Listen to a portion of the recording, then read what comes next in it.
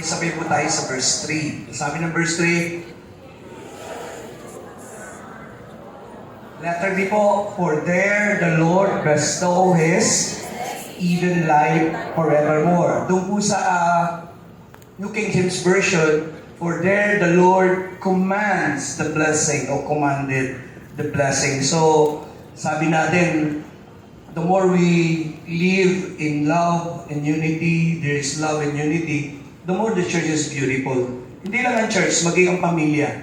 Ang pamilya, the more na nagmamahalan, nagkakasundo, ang pamilya ay mas maganda.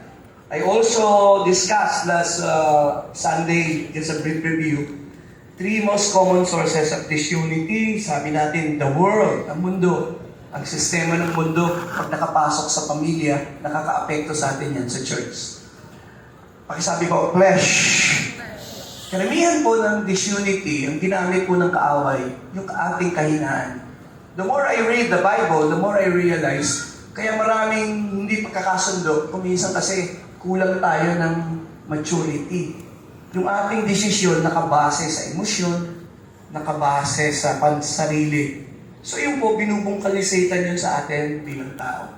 So that's why, ang ikatlo ay si Satan ang pinanggagalingan ng ating mga disunity. The question is, hindi ba alam ni Satan na mas maganda ang church at pamilya when we are united in love? Alam po niya yun. So lahat po gagawin ni Satan para i-destroy ang pamilya. So this morning, ang aking maiksing mensayo ay pinamagatan kong from disunity to unity. Pag sabi po, from disunity to unity.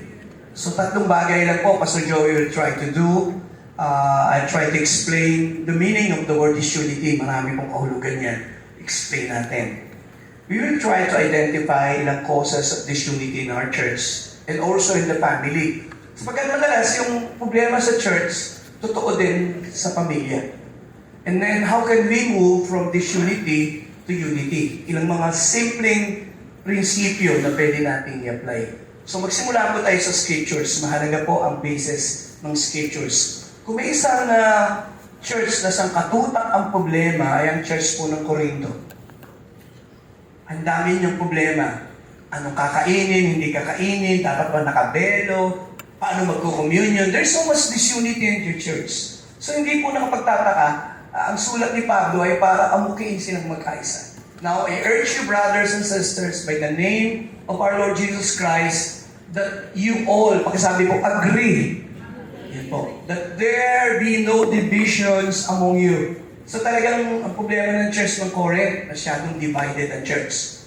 But that you be made complete in one mind and same judgment. So pag binasa niyo po yung New Testament, yung mga epistles ni Paul, may thread, may isa pong flow ang kaisipan ni Pablo. Madalas ang dinidil ni Pablo sa mga churches sa New Testament ay ang disunity na nandun. Kagaya ng Pilipos, may hindi po magkasundong dalawang leader. Ako, napaka-diretsong sinabi ni Pablo yung pangalan. I plead with Judea and I plead with Syntyche to agree with each other in the Lord. Hindi po sila ordinaryong member. Tingin po kay Pastor. Mga leader po sila sa church. And because sa kanilang awayan, ang church po naapektuhan. Kaya yung aklat po ng Pilipos, nung sinulat ni Pablo yun, ang binibigay ng lundo sa Philippians 2 verse 5 up to 11 is about humility. Alam ni Pablo na ang solusyon lang nung nag-aaway ng dalawang leader ay magpakumbaba. Maging in Romans 16:17, another church kung saan si Paul ay sumulat. I urge you, ang sabi niya doon, I urge you, brothers and sisters, to watch out for those who cause divisions. Ang sabi ni Pablo, bantayan ninyo. Tingnan niyo yung mga nagkakos ng division. Church po yan ng Roma. Put obstacles in your way that are contrary to the teaching you have learned. Keep away from them. Hindi lang sinabing bantayan niyo sila. Ang sabi, dayuan niyo sila. Sapagkat yung mga naghahasik ng division sa church ay malaking problema po sa church. So today, with that in mind, marami po akong gustong basahin. Mamaya ko na lang babasahin. Ang Diyos po magpala ng kanyang salita. Somebody say Amen. Nagulat po ako, ang galing ni Pablo. ang kanyang approach sa disunity sa church, iba-iba pong approach. Kagaya nung I urge, inaamuki ko kayo. Dahil ang unity at disunity. Sabi nila parang tatanggalin mo yung pin ng isang granada. Pagka nagkamali ka ng biga, baka sumabog sa'yo. So ito pong si Apostol Pablo ay matalino sa pag-deal ng disunity sa loob ng church. Sometimes, pagka nagkamali tayo na i-deal, baka sa halip na magkasundo, magkahiwa-hiwalay eh. Ganun din ang pamilya.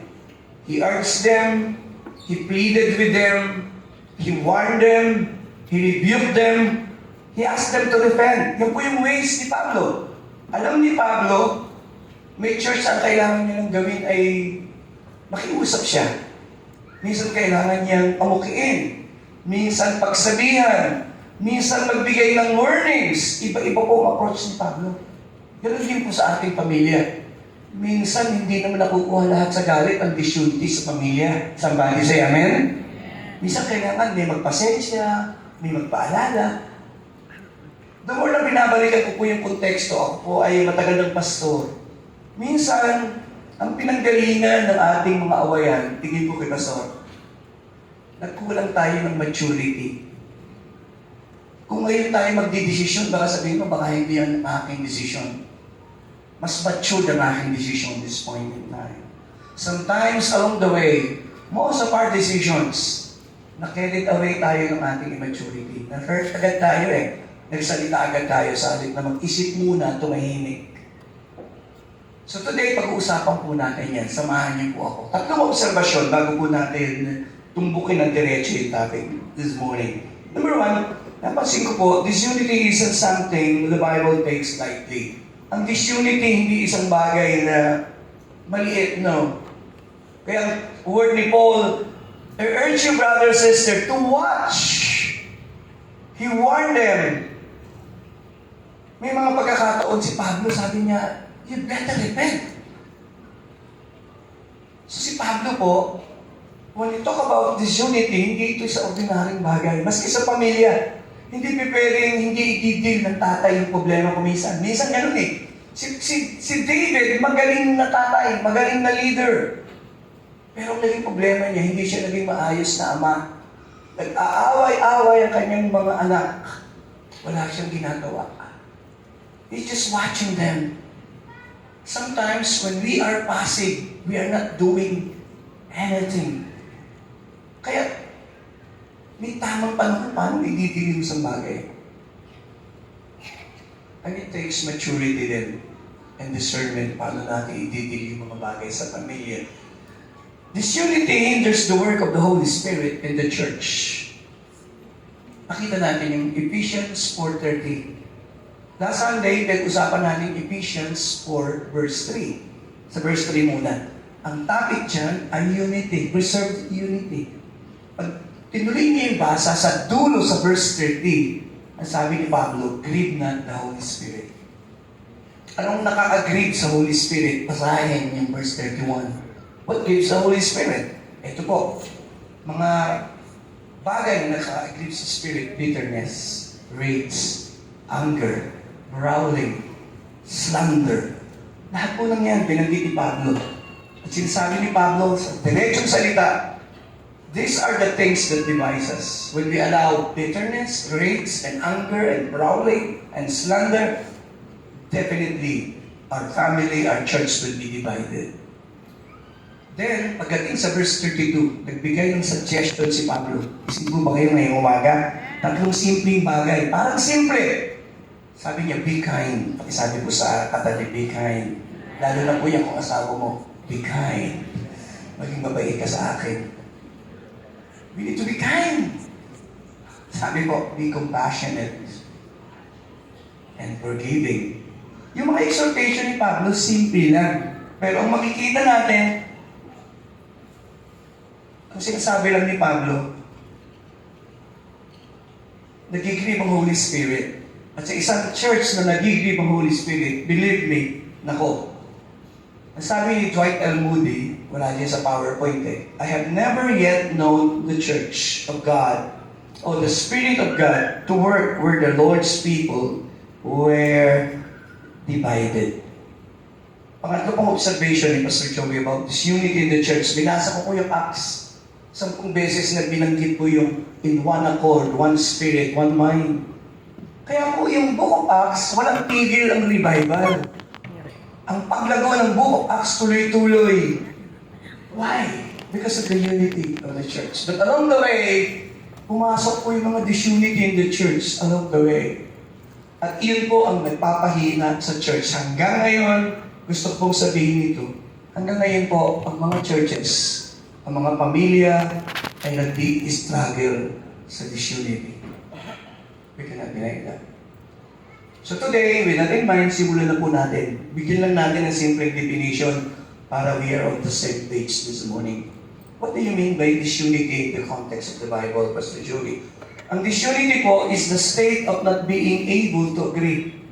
Ito po muna, basahin ko muna yung mga verses about disunity pa. Now I say that each of you, I am Paul. Ayan, divided talaga sila. Sa kanila kung sino yung magaling na leader. Sa kanila, ang magaling na leader, si Pablo, si Apollos, si Cephas. Kaya sabi ni Pablo, sinong binautismuhan sa pangalan ko? Para i-correct sila, na dapat ang focus nila is about Christ. 1 Corinthians chapter 3, verse 3. For you are still, pakisabi po, carnal. Tingin po kayo ha. Hindi sinabi ni Pablo, you are unbelievers. No, there are believers. But ang problema ni Pablo, marami sa church ay immature. Hindi lumago sa pananampalataya. Tingin po kay pastor sa church, ganun po, iba-iba ang level ng maturity. Ito mature, ito mature, ito parang mature, ito magmamature, ito hindi mature. So dahil po iba-iba ang level ng maturity, may iba't ibang opinion. I wanna hear an amen. May iba't ibang pananaw. Yun pa pinanggagalingan ng disunity. Kaya sabi ni Pablo, for where there are envy, strife, and divisions among you, are you not carnal and behaving like mere men? Kaya kung may mga awayan sa pamilya natin today, ititrace natin, baka hindi kami gaanong nag-mature, baka tumanda lang kami sa edad. Baka naubos lang ang aming kilay at mga buhok. Pero ang aming mga ugali, hindi kami nag-mature. Sabi ko nga ako, madalas narinig niyo, kung hindi ngayon tumanda tayo, mas mabait tayo. Hindi ngayon, at tumanda tayo, mas mapagbigay. Sino po rito mas mapagbigay ngayon na kayo ay pagkaedad? Hindi po automatic. Sino po rito mas mapagmahal kayo kasi mas maedad na kayo ngayon? There's no assurance. Kinikwento ko po, ulitin ko. Hindi ko naman sadyang gustong pakinggan. Tinutulak yung bago na lang natin dito po sa Robinson's Galleria. Ay nakatayo po ako, hinihintay kayo sa sakyan eh. Sabi ng dalawa, nakabihis, alam mo mayayamanin, sabi dun sa amo, matanda na, masungit pa. Na-overheard ko lang. Sabi niya, tumatanda, walang pinagkatandaan. Yung pinag-uusapan ng dalawang kasambahay, tinignan ko siya. O nga naman, minsan, we're just getting older.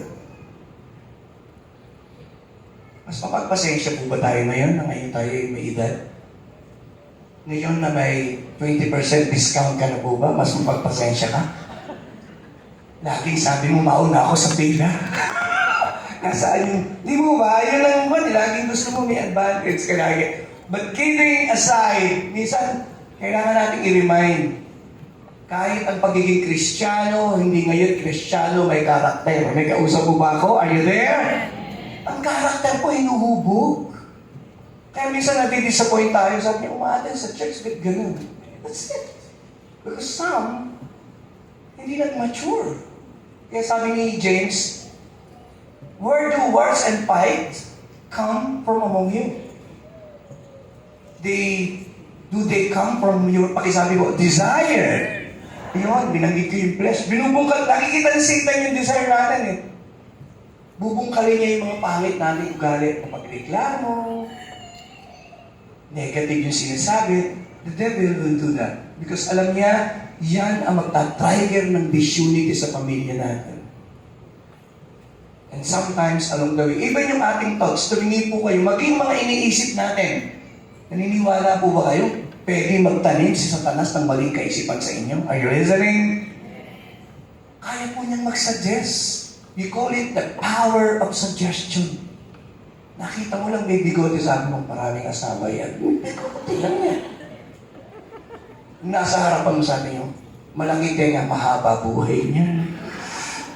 May mga interpretasyon tayo eh. May kausap pa po ba ako? Are you there? Sometimes, yung ating mga kaisipan, kinakalikot din ng kaaway, sorry for the word. Minsan binubungkal ni Satan yun eh. Nagtatanim siya ng inggit, ng galit, ng maling kaisipan. And we become nagiging judgmental tayo sa ibang tao. Kahit wala naman tayong ebidensya sa sinasabi natin. Ako, wala na po akong kausap. What is the definition of explain po natin? Disunity is the state of not being able to agree. Pag sinabing disunity, hindi kayo magkasundo. Hindi tayo magkita. There's disunity, tumugtog sa G, tumugtog sa A. Walang harmony. Normally po, that is the simple meaning. Disunity is the state of not being able to agree. Pakisabi po, there is dissension. Pakisabi po, dissension. Hindi tayo magkaunawaan. Hindi tayo magkaintindihan. Iba-iba ng opinion. Alam niyo po, nung nakaraang eleksyon, kung may isa hong nagdi-divide sa church, iba-iba po ang pananaw natin sa politika. Kaya yung iba, kahit tahimik sa church, tingnan mo yung mga post niya sa kanyang Facebook, magugulat ka sa sinasabi niya. Pero sa church, wala siyang ginawa kundi tumahimik. At pagdating sa social media, ang dami niya sinasabi para siyang one. Minsan, there is disunity because iba yung opinion. Dumating po ang pandemya. Ang opinion ng iba, hindi dapat magpa-injection. Nagkaroon po ba ng awayan? Yes!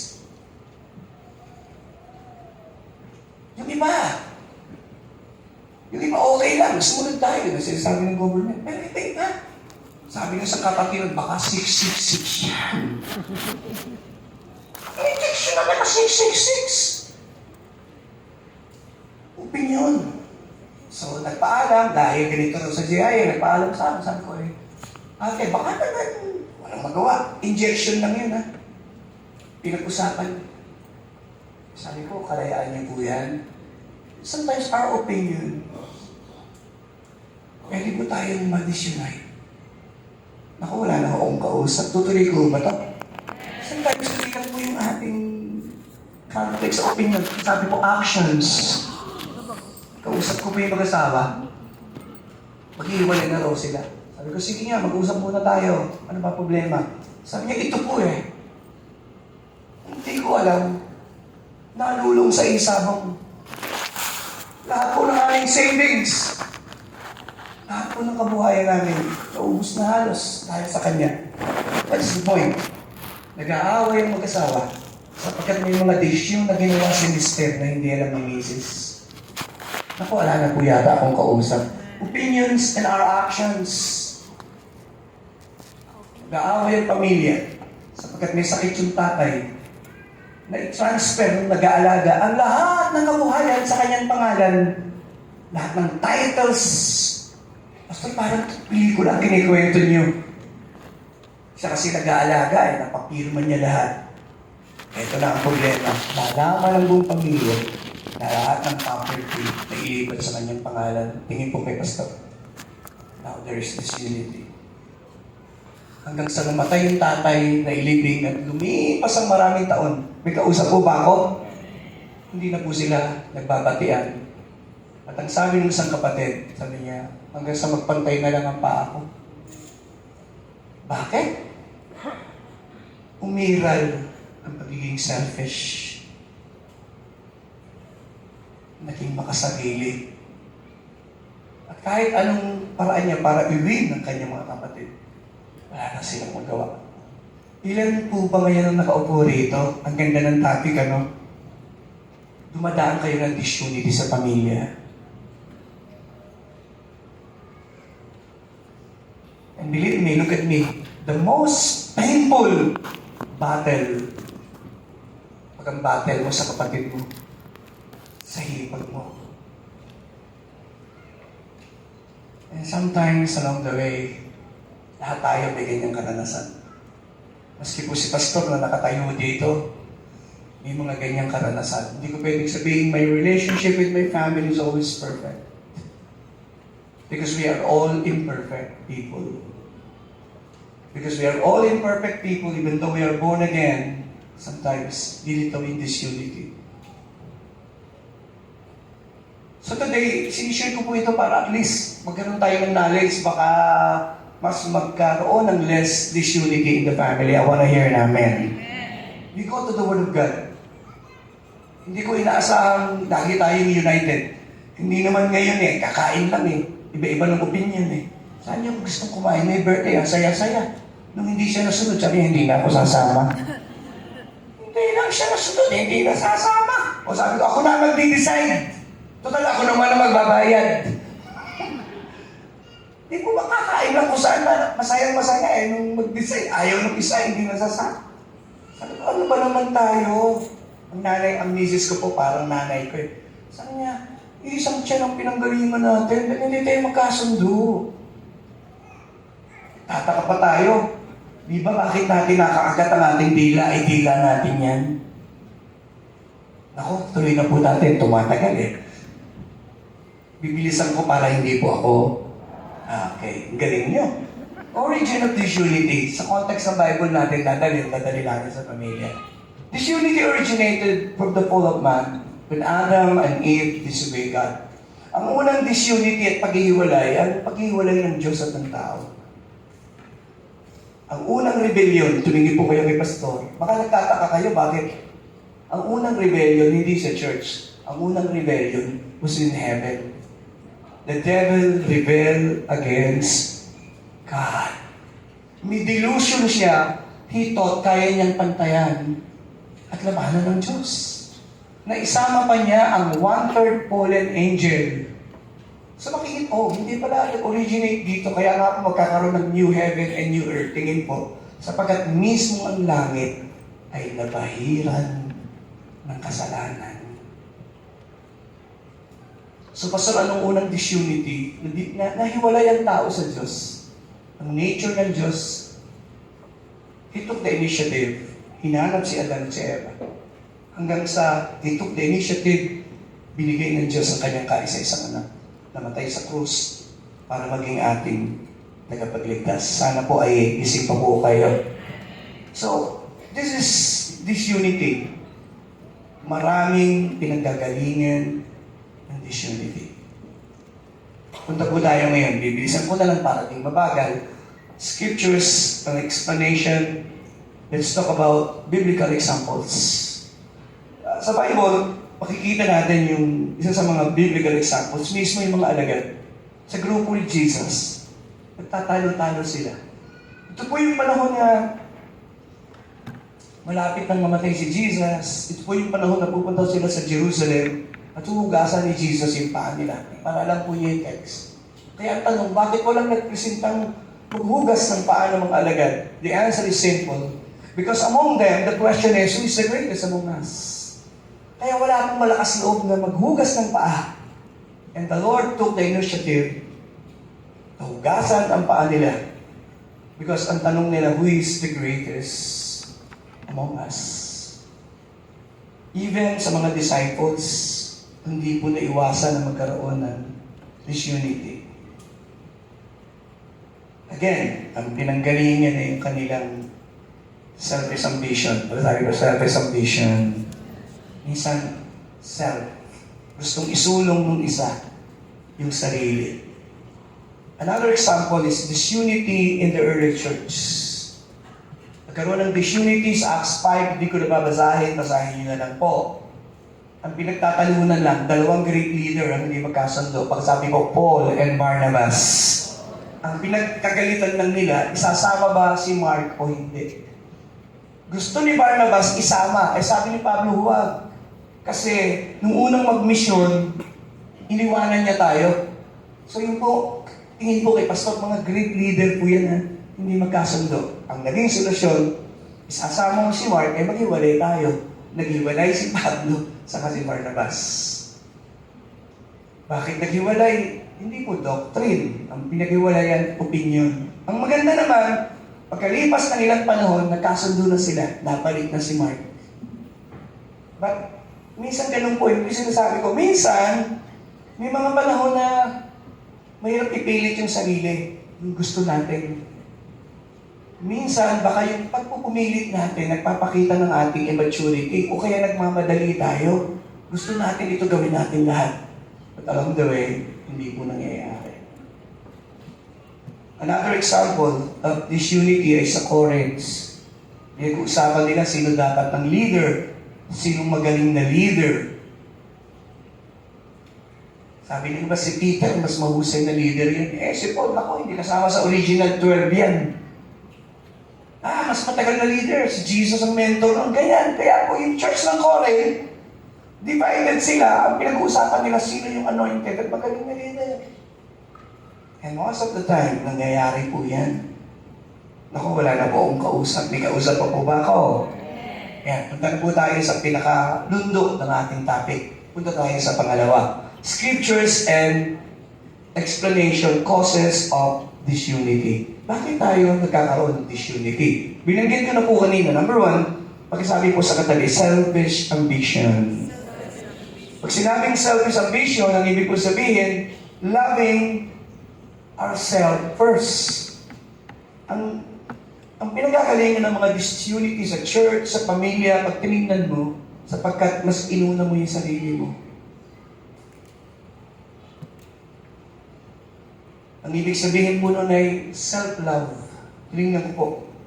Sabi pa naman ni Pablo sa 2 Timothy 3 verse 2, in the last days, people will be lovers of themselves. Bakit tayo minsan may disunity sapagkat mas mahal mo yung sarili mo kaysa asawa mo? Mas mahal mo yung sarili mo kaysa sa mga anak mo? Lagi mong uunahin ang sarili mo. Kaya ako si Ilan, lumalaki po ako, simple lang si Ilan eh. Sabi niya, kakain ka na pala. Tandaan mo, yung ulam na yan para sa lahat. Pag inubos mo yan, wala na silang ulam. Pagkain lang yan, ha? Sasabihin ni Inan, o nga, no? Kikwento ko ulit, ako pa naman, teenager, malakas kumain. Hati-hati yung aming ulam na langgunisa. Pag nagkulang ng langgunisa, sabi niya, bakit kulang ito? Sino ang dumoble? Ako'y nakatingin sa malayo. Para akong si Anthony Castelo, malayo ang tingin. Tapos, pagkatapos kong kumain, sabi niya yung akin, sa'yo na lang. Alam nung nanay ko, nakumuha ako ng additional. Why? Self. Pag hinati, gusto mo mas malaki sa'yo. Pag naghahatian po ang CMT ng tsokolate, naku, patas na patas. Pagka may mga regalo, naku, hating kapatid. Laging hating kapatid. Sabi kapatid naman ako, yung iyo, akin na lang. But kidding aside today, even in the family, even in the church, pag in-insist mo yung sarili mong mauna, di mo ba? May dalawang magkapatid, magkaibigan at kagalit dahil lang sa selfie. Sabi niya, bakit nung pinost mo, binura mo yung mukha ko? Tapos yung pinili mo, yung magandang-maganda ka.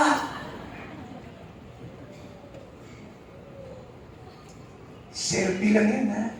Ilalagay na sa Facebook, nagkagalit. Sabi mo na ako, ang dami ko, ha? Puro ikaw ang nalagay. Yan. Pastor, mahilig ko kayong magparinig. Pagkasabi ko, self-seeking. That is self-love. Kasi gusto natin laging mauna. At nature natin po yun. Lahat po tayo. May nature na ganun. Maski sa mag-asawa. Kaya madalas sinasabi ko sa mag-asawa, lagi mong iisipin what makes your spouse happy. And then you'll be happy. Because a happy wife is a happy life. Sinasabi ko lagi kay Marvin niya. Sabi ko, ang thinking mo, paano mo papasaya yung asawa mo din? You'll be mas masaya na pamilya. Pero the more kung ano yung makukuha mo, Kaya ang relasyon hindi po maganda pag gano'n. Ako, wala na po akong kausap. Tutuloy ko po ito, ano? Doctrinal disputes. Yan. Minsan, talaga namang nagdidibay ang church kasi sa doktrina, dapat lang po yun. Kasi may tinatawag po na necessary. Yung true gospel, saka alternative gospel. Pag tinuro mo na may ibang tagapagligtas, papayag pa ba tayo? Hindi na. Pag tinuro ng isa, may ibang tagapagligtas, ay mali yun. Hindi ka pwede maki-agree doon. Mali yung doctrine na yun eh. Pero may mga bagay na maliit lang naman na pwedeng palampasin. Hindi ka usap po ba ako? Are you there? May mga bagay na. Ano ba kadalas mag-communion? Yung iba ko, everyday. Yung iba, weekly. Hindi naman yung dalas pinag-usapin na, intindihan mo ba what is Holy Communion? Sa panahon ni Pablo, magkahiwalay po yung babae sa kalalaki.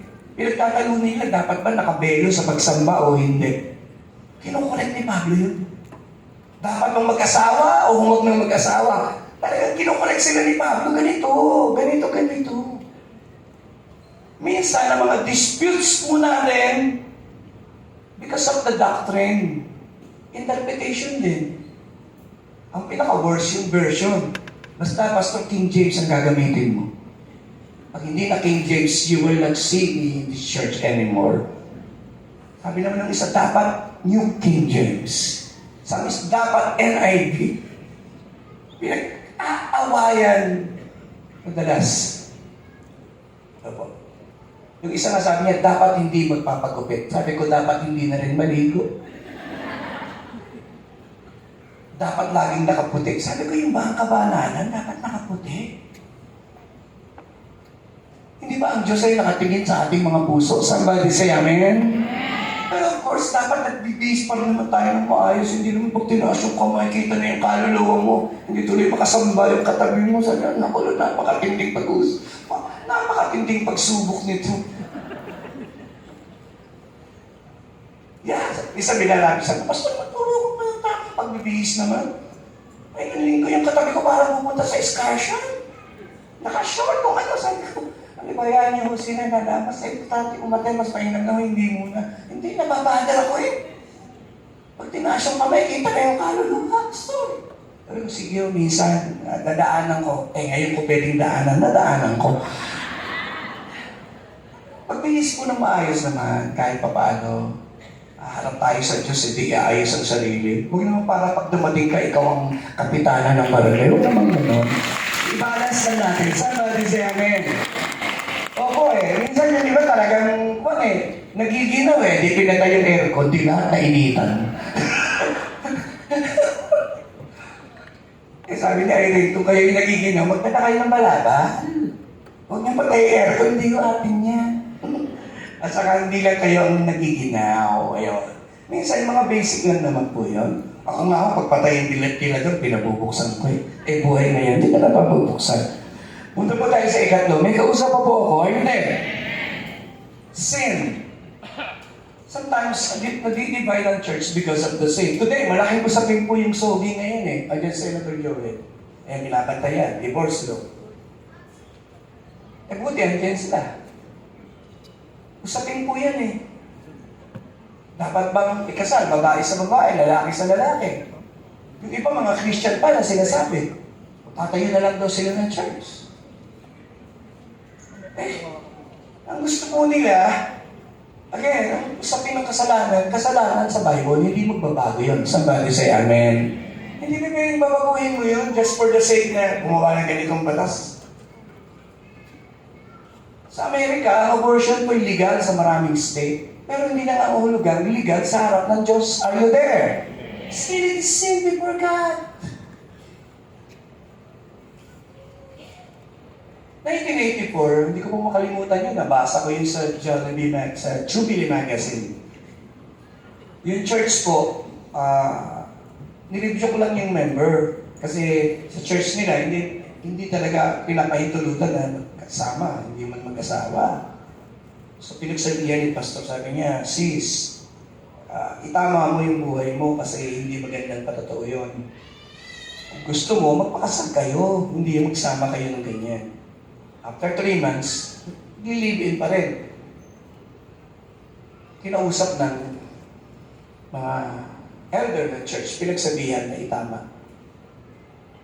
Sa halip na mag-repent at itama, dinimanda ang church, invading privacy. Nagtalo ang church. Ang purpose lang naman ng church, itama. Marami pong pupunta ng church, ayaw pag itatama ang buhay. Bakit pa tayo, pastor? Kung nandito lang tayo para kayo pasayahin, bigyan ng magagandang kwento, bakit pa pastor? Sometimes, there is disunity because idinidil yung kasalanan. Kaya pag idinil yung kasalanan dito, aalis sa church nito, doon pupunta sa tinotolerate yung kasalanan. Sabi dito, okay lahat, welcome dito. O kahit lalaki sa lalaki, babae sa babae, okay dito. Okay dito, worker, kahit nabubuhay sa kasalanan, okay dito. Sabi ko, times and many times, ang magiging sukat pa natin, tinolerate ba natin ang kasalanan? Dito po sa ating church, dito po kayo, narinig niyo po tayo, pagkasalanan, binabanggit po natin yung kasalanan. Kailangan ituwi, kailangan itama. Regardless, kung masasaktan po tayo. Kasi Word of God po yan eh. Pagkasabi po, Word of God, hindi mo pwedeng baguhin eh. Kaya si Pablo, hindi siya popular sa marami kasi kinukorek niya yung kasalanan. Bibilisan mo na lang po para hindi mabagal. Differences of opinion. Kanina binanggit ko na yung opinion nila about Mark. Opinion lang yun eh. Sama ba o hindi? Ano ba dapat? Iba-iba po ng opinion. May nagtanong sa akin, Pastor, okay lang ba na paminsan-minsan magsugal ako? Naglilibang lang naman eh. Opo, totoo lang. Bago lang naman dumagano. Siya po ay kilalang hari ng madyong. Hari po talaga. Totoo po yung kwento ko, totoo. Sabi ko sa kanya, alam mo kapatid, kasi wala naman ako nabasa sa Bible na bawal magmadyong eh. May ganun. Sabi ko, kapatid, ganito na lang. Kung habang hinahalo mo yung pizza at nagsusugal ka, kaya mo itaas ang kamay mo at sabihin mo, to God be the glory, humigi ka. Sabi ko, gawin mo.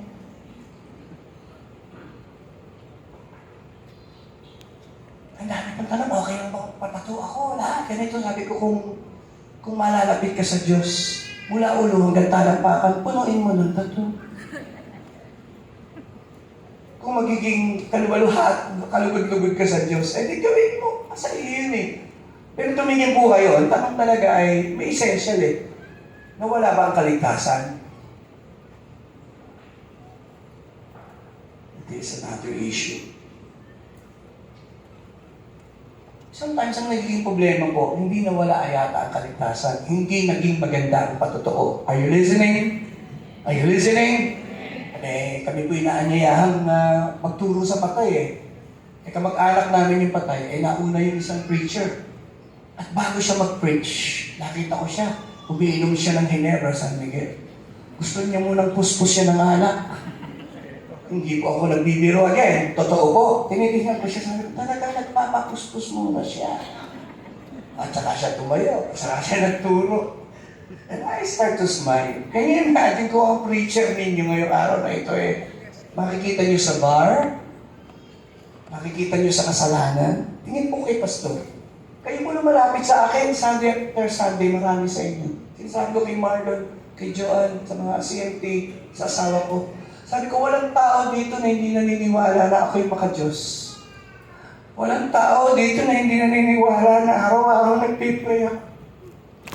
Na araw-araw nag-aaral ako nagsalita ng Diyos para mayroon akong ituro na mag-inam sa inyo. Sabi ko, paano kung gagawin niyo? How can I live that kind of life?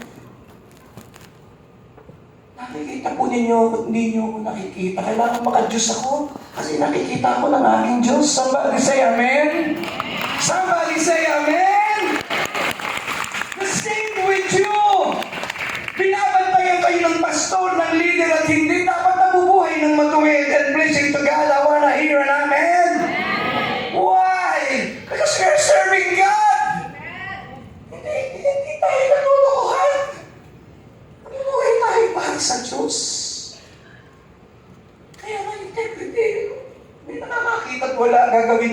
tama. That is integrity.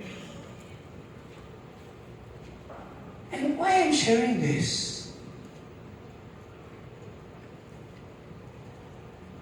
Kasi, we're a church. Number 5 po, 6. Tapos na po tayo. Punta tayo sa application. Sabi po sa katabi mo, pride. Ano nga po yung nasa gitnang letter ng pride? Pakisabi po ng malakas. Pakisigaw po.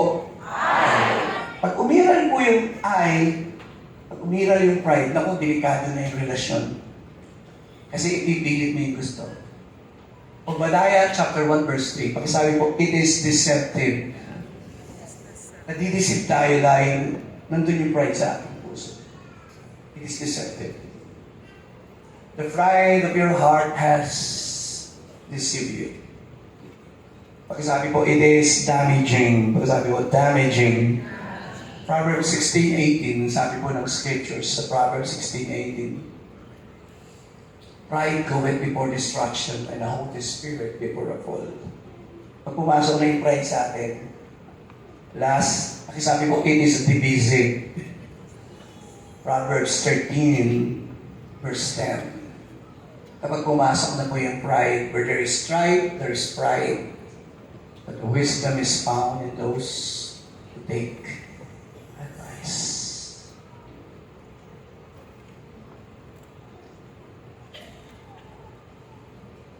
Sabi ko nga, ang unang division, rebellion ay nagsimula sa langit.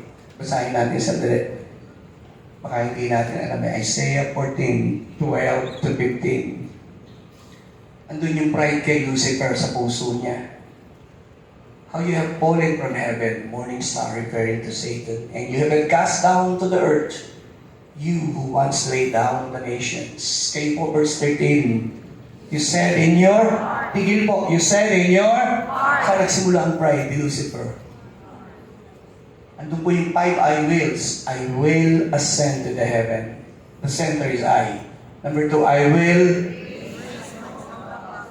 Number 3, I will. Pride po, no? Next, verse 14. I will ascend above the tops of the clouds. Lalampasan pa ang Diyos eh. And last, I will. Yan po ang sinasabi ni Lucifer. At nandun na sa kanya yung pride. So when there is pride, ang kasunod po nun, rebellion. When there is pride in our family, sa puso natin. Pipray ko si Pastor Joey kung okay lang. Father God, I pray, baka may mga binhi ng pride na naitanim ang kaaway sa aming puso. Knowingly and unknowingly. Lord, expose it today. Remove it in our minds. Remove it in our hearts. The spirit of self-important, Lord, important. Tulungan mo kaming madil namin ito. In Jesus' name, somebody say Amen. Pang-anay matuli, punta na po tayo sa application. Lack of love. Pakisabi po, lack of love and forgiveness. Lack of love. Bakit may disunity? Sabi ko, baka nagkulang lang tayo ng pagmamahal. Baka nagkulang lang tayo ng pag-unawa pa. Now, punta na po tayo sa pangalawang puntos natin. Ang haba ng unang puntos eh. The impact of disunity. Naglagay po ako ng ilan. Anong impact nito sa ating pamilya, sa ating tahanan? Number 1, the impact of disunity sa ating pamilya. Destruction of relationship. Disunity destroys relationships. Kaya nga po ayaw ni Pablo na tayo magkaroon ng disunity, sapagkat pag may disunity, it leads to bitterness. It leads to unforgiveness. It leads to resentment. Binanggit ko kanina yung Ephesians 4, verse 31. Kaya po, dinidiscourage ni Apostol Pablo na tayo ay magkaroon ng disunity.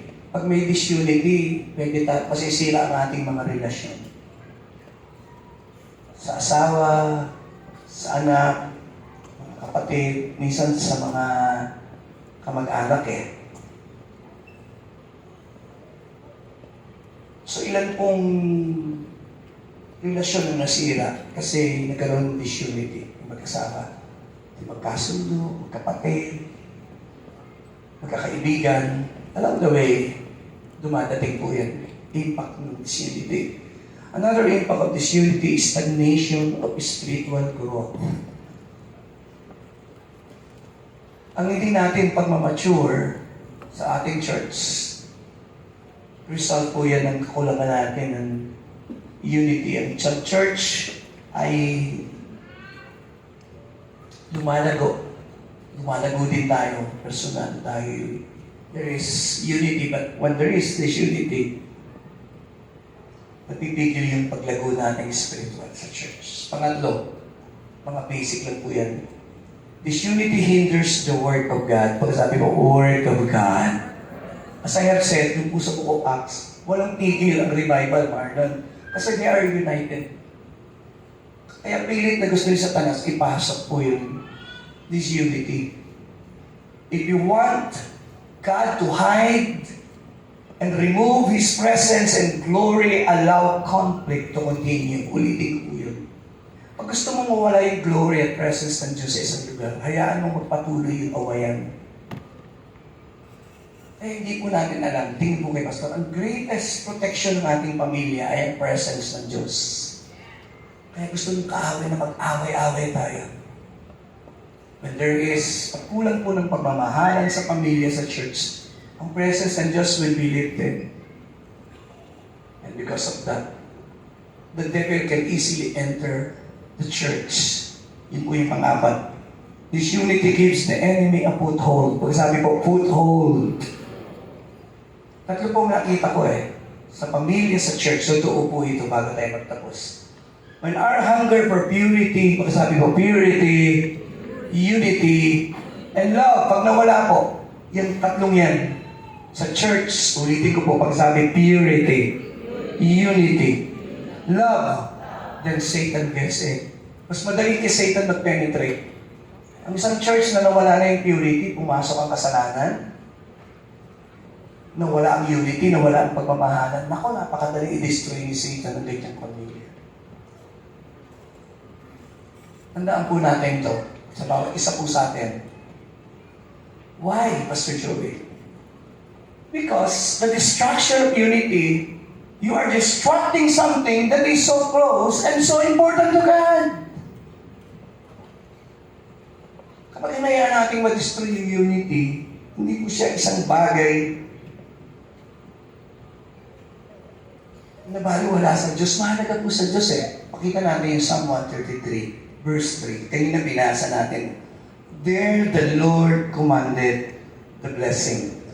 Binanggit muna yung like the dew of Hermon, kasi kung mataas yung bundok ng Hermon Kagaya ngayon, uulan na. Sa gabi po hahamog yun, bumababa po yung hamog. Kaya doon sa nauna, suot ni Aaron yung kanyang damit. Yung 12 tribe ng Israel, nakandudong po Doon po bumababa yung anointing. The place of unity is the place ng blessing ng Diyos. Pag nawala po yung love and unity in our house, titigil din ang blessing sa ayaw at gusto natin. I have seen that. Nakita ko po yung mga negosyong flourishing. Nakita ko po yung mga pamilya binibless ng Lord. But along the way, nakapasok yung pride, nakapasok yung sin. Sa isang iglap, nawala lahat ng kanilang pinaghirapan. Napalis. Why? Nawala ang covering ng Panginoon. Pakitaas nga po ang mga kamay sa tali. Lord, I pray, allow our family to protect purity and unity and love in our family. Huwag mong hayaan mapalis at mawala ang unity at purity sa aming puso. Lord, preserve niyo po ang purity sa aming mga tahanan at sa aming mga sambahayan. In Jesus' name, tumingin po kayo. Kaya mo, lahat gagawin ni Satan para maging unfaithful yung mister misis Why? Subukan niyo po. Ito, subukan niyo. Lahat ng basura niyo, huwag niyong ilabas sa bahay niyo. inyong kusina. Huwag nyo itatapon. Hayaan nyo doon. Tapos tanggalin nyo. Hayaan nung mabaho sa bahay nyo. What will happen next? Lahat ng langaw at lahat ng hangin pupunta doon. Why? It's simply a trap.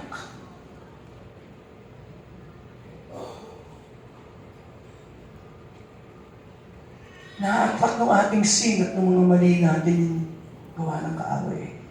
Disunity gives enemy to the foothold. Number 5 and 6, and I'm done.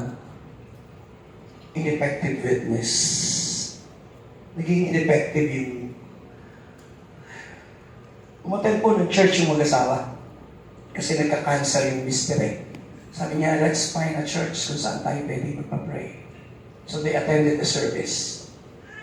And the service was powerful, Marlon.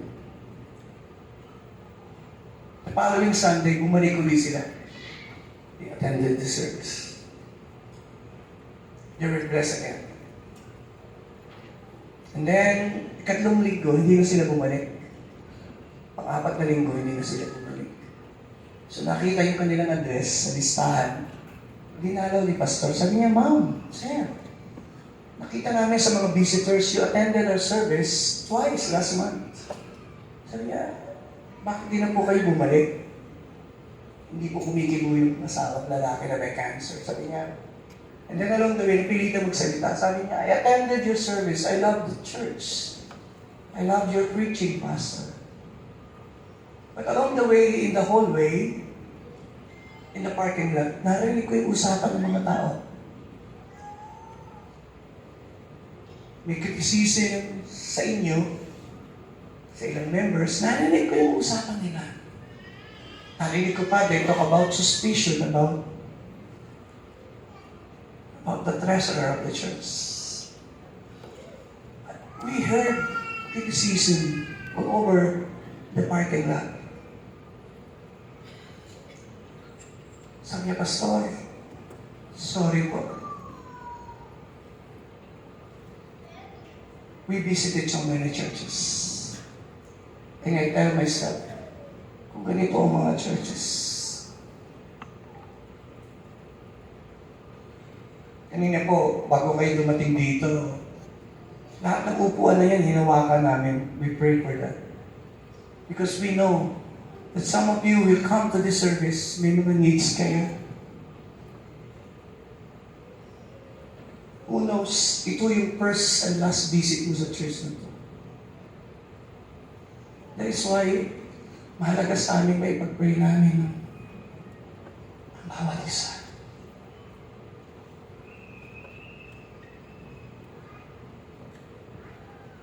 Nagiging ineffective ang church.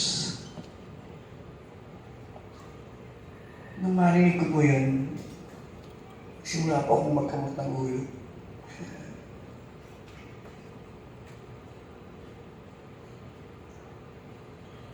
Naging ineffective tayo because, kaya ang tanong nagdadagdag ba tayo sa disunity ng church o sa unity of our church? Sana po, pag-isipan po natin. Number 5. Number 6, loss of power. Para sabi mo, loss of power.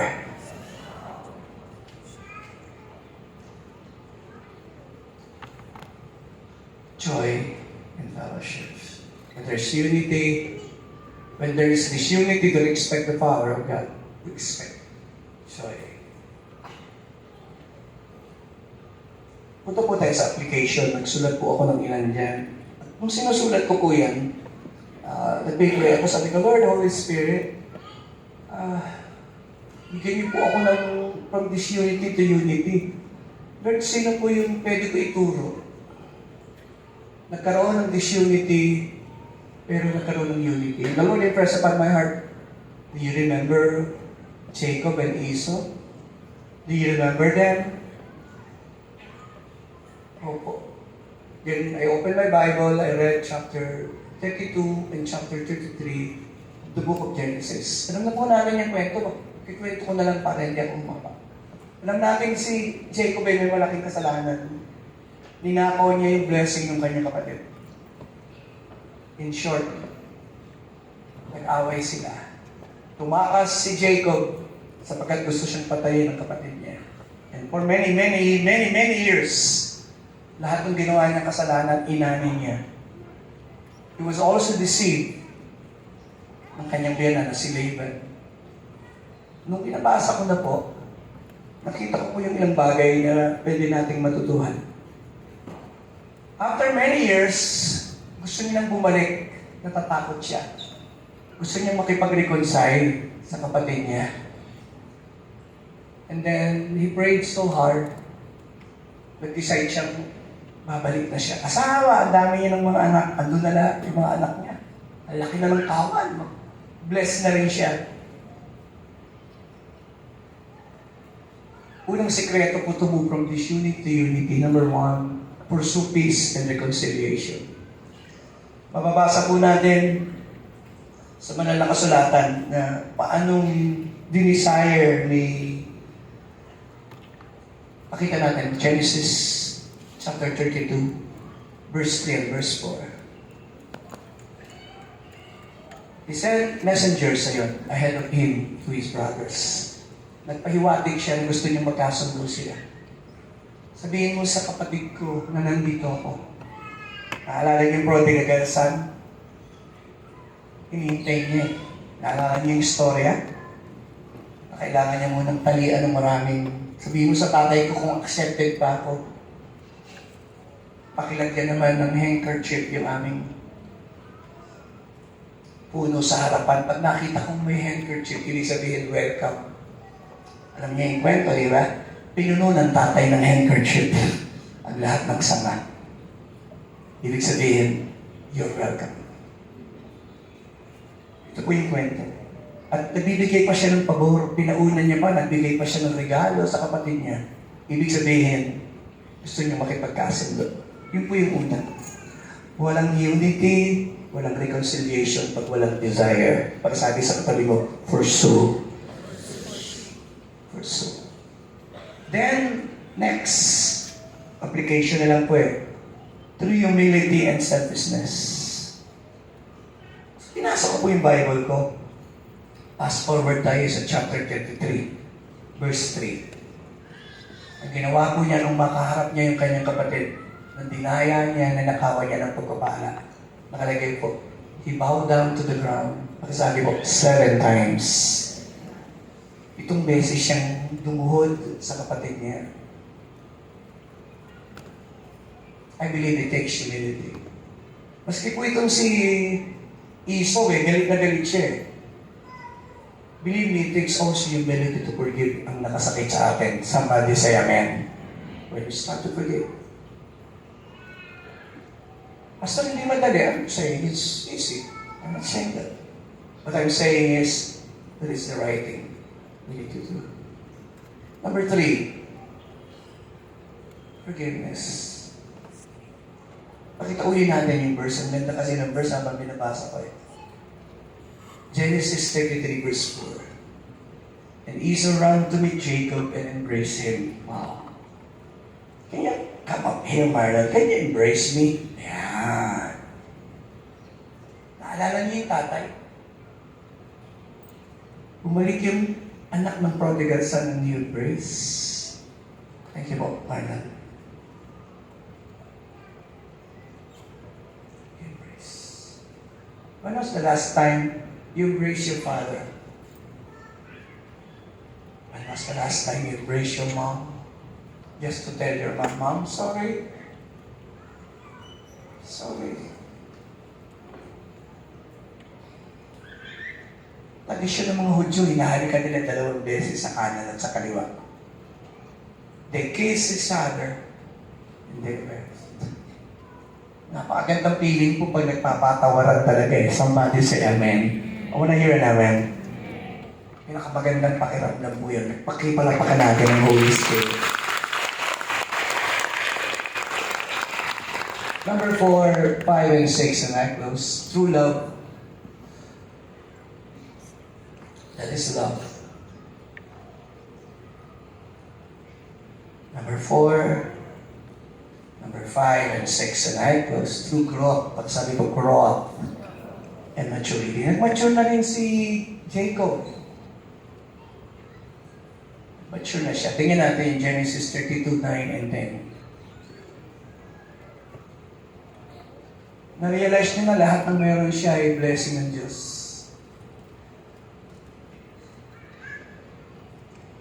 Verse 10, he said, habang tinitingnan niya yung maraming pagpapala, I am unworthy of all the kindness and faithfulness you have shown your servant.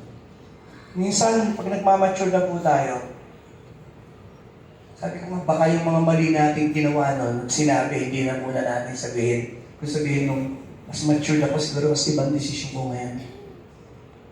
Unlike before, ang desisyon mo puro sarili mo lang eh. The more, I pray today, na tayo po ay tulungan ng Lord na maging mature. The more na mature tayo, the more na madali ang magpatawad at mag-express na mayaman kapag ng Diyos. I wanna hear namin. I wanna hear namin to that. Yun po, pag-pray ko ngayon. Okay na po bang mag-pray? Father God, nakita namin yung value ng maturity. Help us na mag-mature, Lord. Help us. Labahan niyo po yung kamay niyo, tingin po kayo, kausap ko si Pastora present sa kanya. Sabi niya, ano Pastora? Minsan ang ating mga desisyon nakabase hindi sa maturidad. Alam mo, mali yung desisyon mo, napaka-immature. Yung choice mo based on immaturity. Napaka-immature ng prodigal son. Sabi niya, ibigay mo lahat sa akin ng aking mamayahin. Napaka-immature. Pag sabi po, give me. Pakiulit po, give me. Pero nung bumalik na siya, ang sabi na, make me. Make me. Magkaiba na eh. Nung aalis siya, you can see the immaturity at sabi niya lang, give me. But after the pain and the agony, sabi niya sa tatay niya, Father, make me one of your servants. Our maturity matters. May the Holy Spirit implant that deeply to our hearts. Isipin natin yung ating tugon. Naging mature ba ako sa tugon ko sa asawa ko? Hinahanap yung gunting. Kasi bibig ang pinagamit mo, hindi mata. Sarcastic. May kausap po ba ako? Sometimes we Filipinos, we are sarcastic.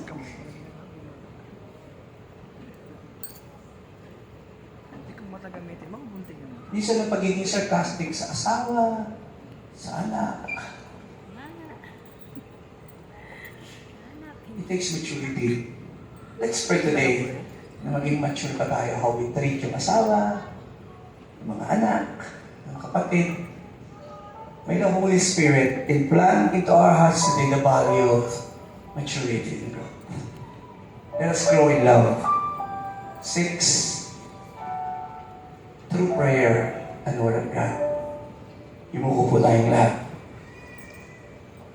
Dakilang Diyos, the best I can and the best I knew, I shared Thy Word today. Dalangin ko po na